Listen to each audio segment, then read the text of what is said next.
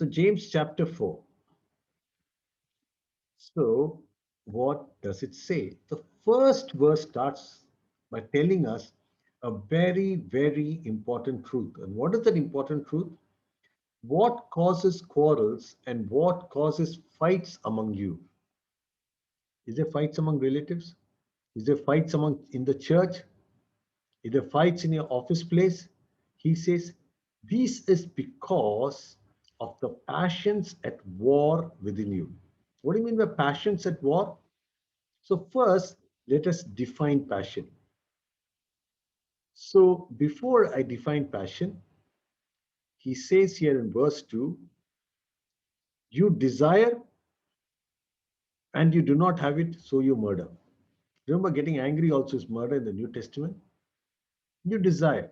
It may be something like, I desire that my job should be done exactly at 10 o'clock. Now, you don't even care whether the person had an accident, his relative has got COVID, nothing. You get angry because you desire and you don't get it. Now, these can be even bigger issues. You desire certain amount of money, you don't get it and you get angry. You desire that your wife should look beautiful all the time. I'm not joking. There are people who have such problems. And you get angry. And you start now thinking that other people's wives are more beautiful. There's a beautiful, actually, I think it was Zach Punan who says this, and I'll never forget it. He said, if you think your wife has put on weight, and if you think her figure is not as gorgeous as the way that you married her, remember this is a sacrifice she made that you can have children. And never forget this in your life, okay?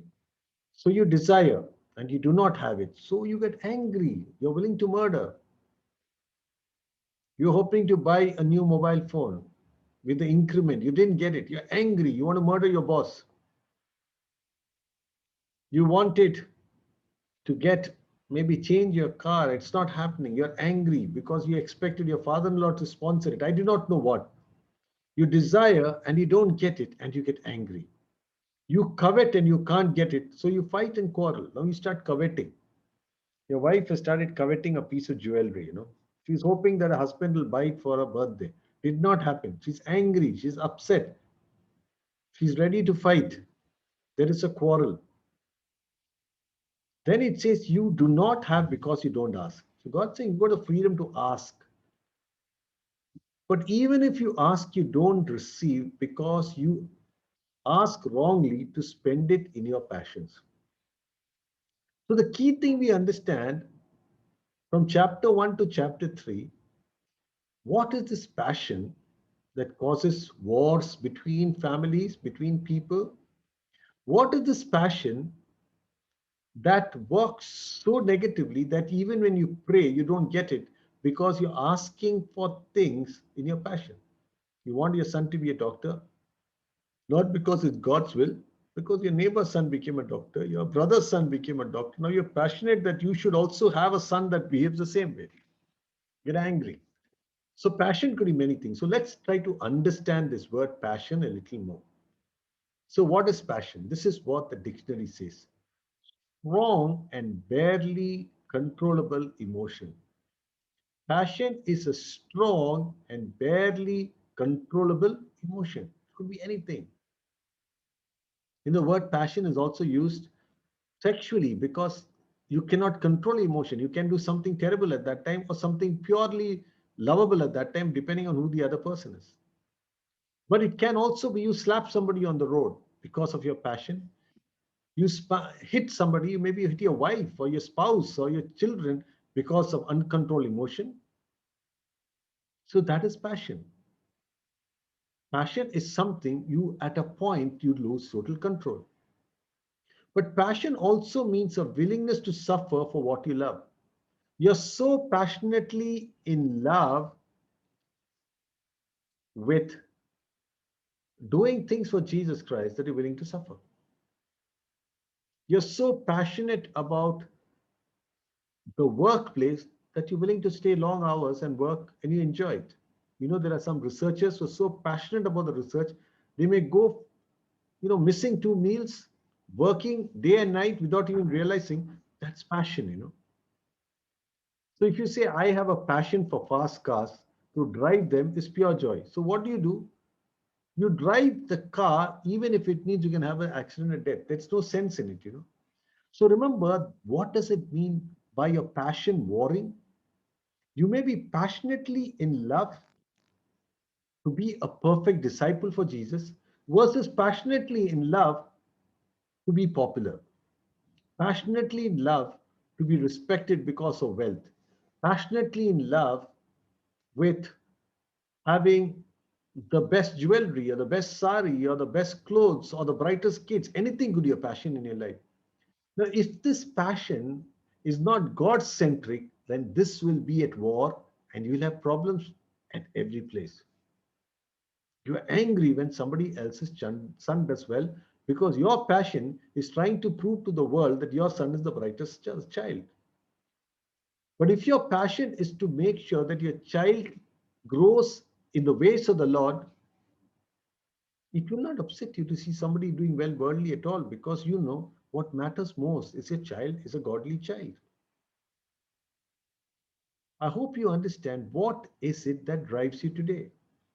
Because you ask wrongly to spend it on your passions, God cannot do things. I know there are parents who say, Lord, I pray my son will get into medicine. Doesn't get. It's your passion. It's not God's will. Why do you want him to be a doctor? To make a lot of money? Or to be so ethical, so wonderful, and so kind that he reaches out and touches people? I don't know. What's your passion? If your passion is to prove to the world you're somebody, then there is a problem.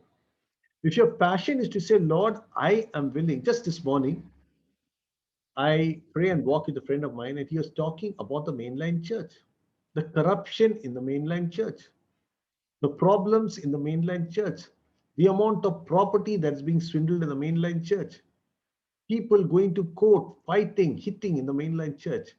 And he said, look what has happened. How can we survive with these people? And I said, why has that happened? Because we were people who did not have a burning passion to ensure that our churches were filled with godly leaders. How many of us today are honestly willing to say, I will make my son to be a church elder or a pastor? He's bright, he's excellent, he's a topper, and I'm going to send him to Bible school, the best Bible school. No, I won't do that. So, for the last 40 years, we have ensured that our passion is not towards the kingdom of God. Our passion is for worldly things. I want my child to be a success in the sense of the world. Even I am like that. So today, don't cry because the church is gone, because what happened to the church? Just about people would just come inside because, many of them were not great successes in their life. If all the kids who are going to the IITs and going and joining good medical schools, if many of them were challenged to become pastors, imagine what our churches would be like. We have brilliant people who know the word of God, whose calling was from the word, who did not do it for any other reason but to be truly a servant of God. Our churches would have blossomed, would have grown, our nation would have changed because of the transformation. And today it is very true. Our passion decides what happens to everything around us. And that's why in the book of James, he starts it. Why do we have wars and quarrels? It's because of the war of passion in our mind. See, this is what he says. What causes quarrels? What causes fights among you? Is it not this, that your passions are at war within you? And our passions are wrongly directed. And that is the problem, right? You must understand, remember one thing, you can never be in a neutral place. You can never say that, I'm not committed. I am just a nice guy. No, it doesn't happen. It says, you adulterous people, do you not know that friendship with the world is enmity with God? Therefore, whoever wishes to be a friend of the world makes himself an enemy of God. Whoever wishes to be a friend of this world is an enemy of God. Let's come to it. So either two things. Can you understand? You either you're a friend of the world or you're a friend of God. There is nothing like, I'm neither a friend of the world, neither a friend of God. Doesn't happen. If you're a friend of the world, you're an enemy of God. If you're an enemy of the world, you're a friend of God. I will go a little more to understand this better. So understand this important thing. An enemy of God loves the world. And those who love the world, love God, hate the world. So what does it mean? So to understand the word friendship. So imagine I am friendly with a person. What does that mean? I do things that make him happy, and he does things to make me happy. We get along fine. We talk in conversations that we both enjoy. We go for similar kind of movies. We go and eat in similar kind of places. We enjoy the company of so much. We trust each other. We share everything. So if you say, I am friend of the world, what does it mean? I enjoy the company of this world. Not only do I enjoy the company of this world, I start doing things that pleases people of this world. So people of the world expect me to drink and party and say obscene jokes. And if my friends are even crazier, I go for these bachelor holidays. Many people do that, I know, even so-called quote unquote Christians. And we love it because I love my friends and I love their company and I love to sit with them and joke with them, right? So that is loving that group of friends, right? So when you love the world, it's saying, I love the people of this world. I want to be identified with them. I want them to find me an interesting friend. I want to be a part of this world. Now, God is saying that the problem out there is if you love the world and if you want to be identified as a great success in this world, if you want to be identified as a very popular man in this world, in that case, you understand you're an enemy of God. So, what do you mean by hating the world? I do not want to be identified with the people of this world. I stand out. They say, this guy, we can't call him for a party because he doesn't laugh at the jokes. He doesn't drink along with us. He doesn't pass those funny remarks. And he doesn't have those interesting, dirty stories to tell about his exploits. So you're not. And actually, true, that happens with us. We don't miss it. But it is good to understand that God loves you. You need to understand it in greater detail. I want you to take you back to that story of a blind man who was healed. The Pharisees come and ask you who healed you. And he says, Jesus healed you. He said, do you know that he's a blasphemer and a cheat? He said, I don't know he's a blasphemer and a cheat. All I know is that he healed me. So how can he be a cheat? So they said, you want to teach us the truth, and they throw him out of the city wall. What about his parents? They ask him, do you know who healed him? He said, no. What do you know? We know that he is blind and he sees now, but we have no clue. We have no idea. They were so worried that they will be thrown out of their friends in the world outside the city. But the beautiful thing that happened to this blind man, he's thrown out of the city. He has no friends, and somebody comes and meets him and says, do you know who healed you? He said, yes, I was healed by Jesus Christ. Have you seen him? He said, no. He said, I'm standing in front of you. You want to have an encounter with Jesus, we can never have that encounter if you're friends of this world. If the things of this world excite us, if the popularity of this world excites us, if the wealth of this world excites us, if the joy, the people, I want to have this party, I want to spend time with people, I want to, sit in all those humor clubs, laughathons where obscenity and profanity is talked.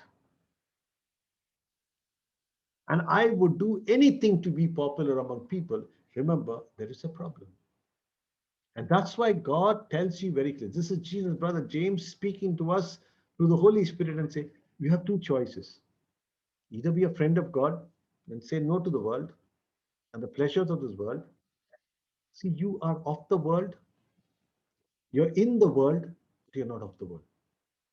It's as saying a boat is going in the sea, but the sea water is not in the boat. If the sea water gets into the boat, you drown. It's like saying this fish that swims in the sea, but the flesh is not salty because it's not contaminated. You and I have to live in the world, but not fall in love with this world. As long as you can do that, so you don't have your parties. You may have friends, but it's totally different. Your Christmases are not booze parties, and your New Year's are not booze parties. If you have a party, at times when you get people to know about the love of Jesus Christ, I'm not saying preach the gospel down their throat, but at least show them love and kindness. You know what we do? We just take a lot of orphanage kids for a party. And we call a lot of friends. We even invite a non-Christian friend to join us for this party. First, we should sponsor the party. Now, one of the five-star hotels sponsors the party. So we take them shopping, we buy clothes for them, we buy shoes for them, we buy things for them. Then all of us come together for the dinner that is hosted by this hotel. And all these friends of ours can also join us. And what do they see? They see love that is astounding. And they understand that this is true walking in Christ. But now I'm worried. See, I want to give a party for my friends. They'll feel bad if there is no liquor in the party. So I have to have this bar and I've got to have liquor and I have to make sure that there is entertainment going on. There is no Jesus out there. Now you're very popular in the world and people are saying, you know, brother, I'm waiting for the next Christmas party because we had such a great time. I still remember this wonderful sermon that my uncle, who's a pastor, had said. He said they were celebrating the first year birthday of this child. All people had come, we VIP. So there was party, there was music. Halfway through the party, the child started crying. The noise was too much. It was so uncomfortable. So they said, take the child away. Told the ayah, take the child away. The child is disturbing the party. Are your parties like that? We say, send Jesus away because Jesus' presence is disturbing the party. We cannot have the conversation we want to have. We cannot drink. We cannot party. We cannot do any of those things, right? But I want to tell you today, you have two choices in your life. Either you can be a friend of God or you can be a friend of this world.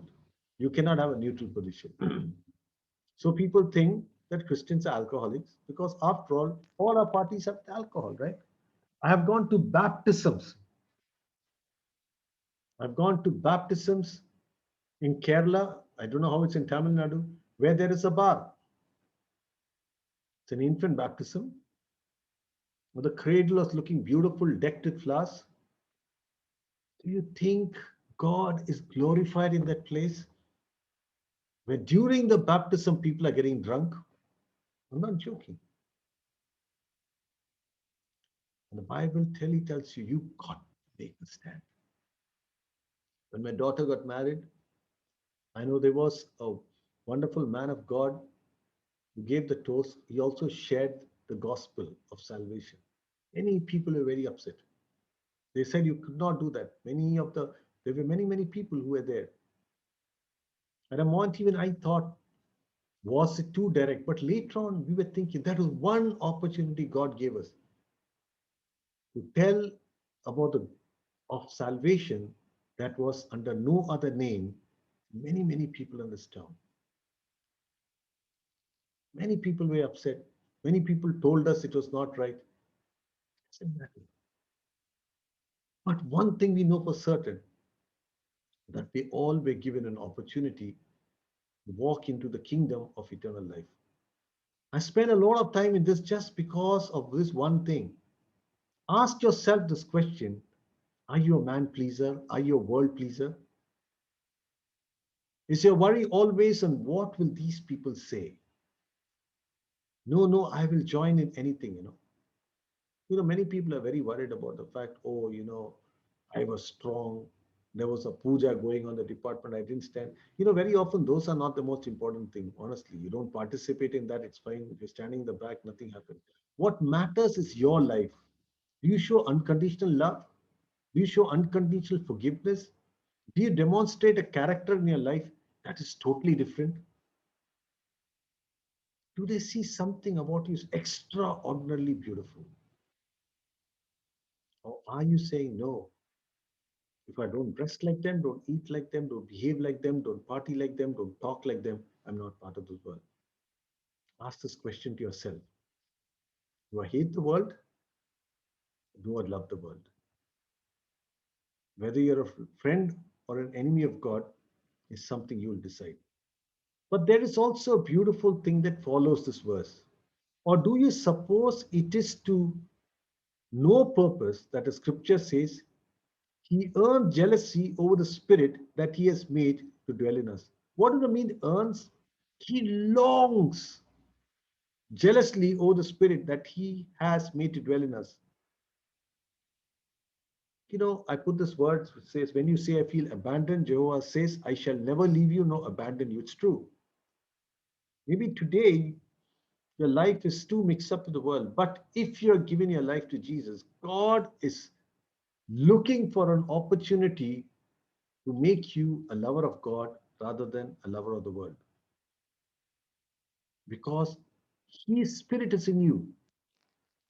And even if you try to move away, God will bring you back. Maybe through chastisement, maybe through difficulties. But one thing God will do in your life, He will keep on pulling you and pulling you and pulling you back unless you want to willfully walk away from God. So there is hope even in that hopeless state. I believe in faith. Then he says he opposes the proud. This is something we also have done in Philippians. He says he gives more grace. Therefore, it says God opposes the proud but gives grace to the humble. If tonight, if you understand there is a problem in your life, in your spiritual walk, and if you're humble about it, God says, I will lift you up. But if you're proud and your wife says, tells your husband, there is a problem in your life. I see there's too much of pride. I feel there's too much of temper. No, I'm like that. God can't lift you up. But in brokenness, you come to Lord and say, Lord, I want a change in this area, and I come to you. God can change you. Why is pride a big problem? Why does God say he gives grace to the proud? I mean, grace to the humble, and he opposes the proud? Because pride is the nature of Satan. Ezekiel chapter 28. Your heart was proud because of your beauty. This is about Satan. You corrupted your wisdom for the sake of your splendor. I cast you to the ground. I exposed you before kings to feast their eyes on you. Isaiah chapter 14 and 13. He said, you said in your heart, Satan, I will ascend to the heaven above the stars of God. I will set my throne on high. I will sit on the mount of assembly in the far reaches of the north. Do you think that way sometimes? Okay, God, I'll give you advice about everything, and you give advice. God, do this, do this, do this. Not in humility, saying, Father, here I come to you. Father, let your will be done in my life. You know, I have written, there's a book that's written, The Demonic Nature of the Human Pride. Because remember, if there's pride in you, I am good, I am perfect, I cannot do better than this. Tell your wife, you're married to me, I earn, you just listen to me. Or a wife who believes that she's so holy that she has to keep on driving the husband back. I do not know what goes on. May in your place of work, are you a very difficult person because you cannot be corrected? If any flaws are told, do you get very angry? If you're one of those, God cannot lift you up. And so it says, resist the evil one and draw near to God. See, submit yourself therefore to God. Even this night, God is saying, if there is this problem with you, submit yourself to God, resist the devil and he'll flee from you. I just put that hand, resisting cigarettes. It's like that. What is your area of weakness? You got to resist it, and then he will flee from you. You resist it, then God will come into your midst and help you through the journey. Whether it's a picture like smoking or drinking or you know sexual immorality in your mind, in your thoughts, in your speech, or if it is not paying your taxes because you love your money so much, or cheating the government or cheating people, or gossiping, or physically abusive or verbally abusive, resist. When the thought comes, you say, I say no because God has given me the authority. The word of God has told me that I can bring every thought captive in 2 Corinthians. And so, if you resist the devil, he will flee from you. But if you do not resist him, what will happen? He will intermingle with you and become a part of your life. You see, if some friends of yours, tonight you're having a dinner, you know the group is going to start drinking. So, two choices: go after the drinking is over, go a bit late, or sit right in the middle without resisting. So, resisting is saying, Lord, I'm not going to join that group. They drink, they smoke, then bad language, foul language, dirty jokes. I don't want to be a part of it. I resist. Maybe you got a habit of getting angry, resist. And as you resist, the Holy Spirit comes. Maybe you have a problem with some other area. Maybe you love to, even now, make the wrong kind of conversation with the opposite sex. Resist. Don't pick up the phone. Don't make that call. Don't send that message. Resist. Because when you resist, Satan will flee from you. And as you draw near to God, he will draw near to you. You take one step, he takes 10 steps towards you. The prodigal son was walking. His father was running. Your father wants to run up to you and pick you up, provided you draw near to God. Cleanse your hands, you sinner. Purify your hearts, you double minded. Be wretched and mourn and weep. Let your laughter be turned to mourning and joy to gloom. Every day, do you have godly sorrow? When you go in the night, you say, Lord, today also I made a fool of myself. Is there godly sorrow? Today I spoke something that is not right. Today I hurt somebody, oh God, that is not right. Today my conversation with somebody was not appropriate. God, I mourn. And that's why it says in the Beatitudes, Matthew chapter 5, and he opened his mouth and he taught them, saying, Blessed are the poor in spirit, for theirs is the kingdom of heaven. Do you feel poverty in your spirit when you compare yourself with Jesus? Do you feel that, Lord, there is so many areas in my life that are still so wretched? Do you have that feeling? Then you mourn.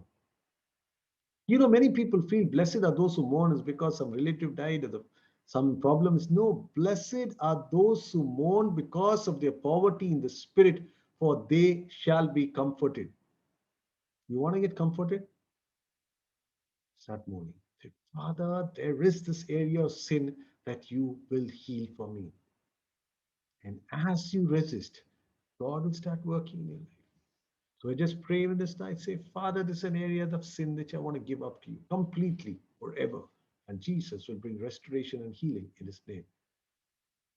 Humble yourself before the Lord and he will exalt you, right? Do you like falling before God, or are you standing up and saying, God, I will tell you what to do?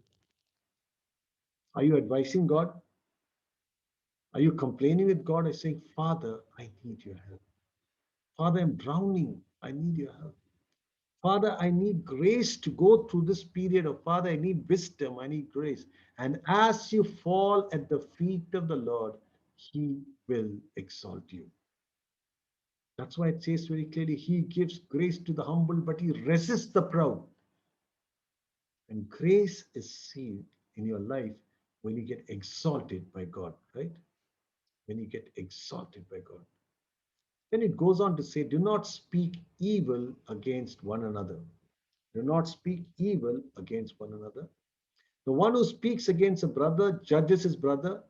Speak evil against a law and he judges the law. But if you judge the law, you're not a doer of the law, but a judge. Therefore, there is only one lawgiver and one judge, he who is able to save and to destroy. But who are you to judge your neighbor? This is what Jesus would also say in the Sermon on the Mount. Do not judge your neighbor. Talk about the speck in his eye when your eye's got a big log. That is why he says, don't judge. Don't go around judging. Oh, you see that brother? Oh, he's useless. He's bad. He's corrupt. He's immoral. He's good. No, no, he says, don't do that. You want to raise him up, go help him, build him, and bring him back. But don't judge him. Because you understand you have enough flaws in your life too. The fact is, people may not know it, but God knows it. So do not judge people. And I pray that you have that. You don't go to church. Oh, look at that lady. Oh, look at the dress she's wearing. Oh, it's sleeveless. It is full sleeve. It is full pant. It is tight. It is loose. Many people have got this problem. Do not judge.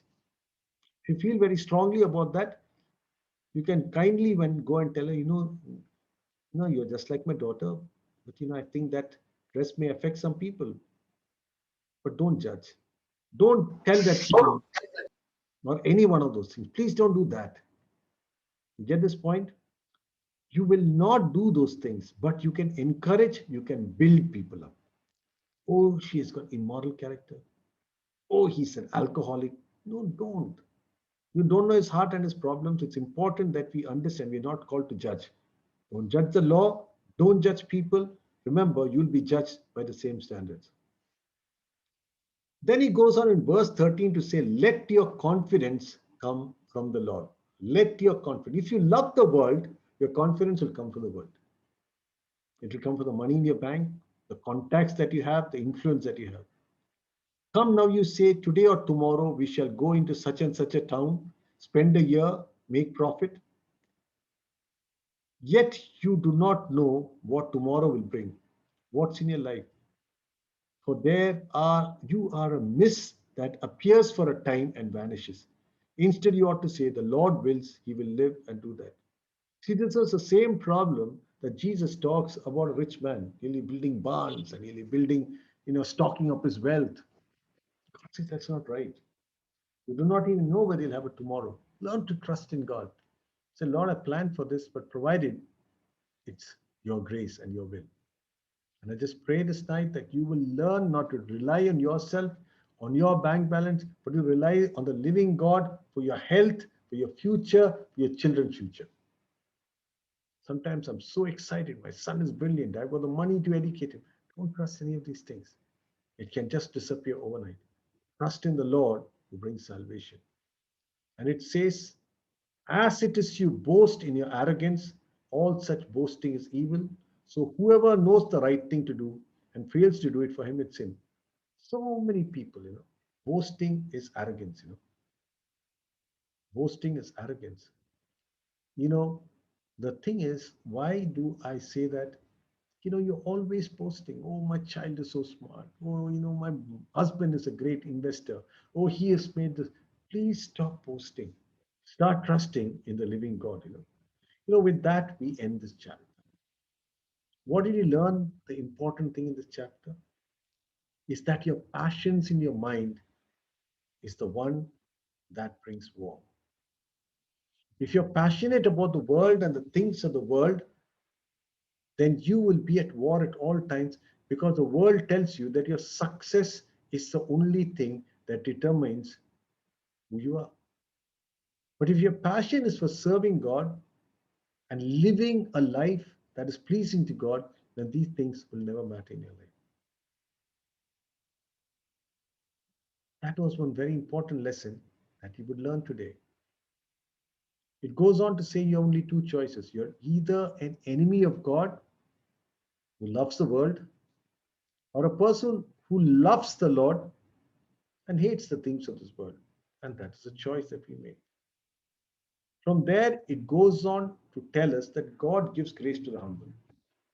He'll exalt you, He'll build you, and He will make you stand once again if you're humble enough to say that, Lord, there is a problem in my life. But if you're arrogant, this will never change. And it tells you, do not take security in the things of this world, but trust in God. I hope that God's been speaking to you this night. And I hope God is making you understand that if you want to come humbly to the Lord, He desires for the spirit that's in you.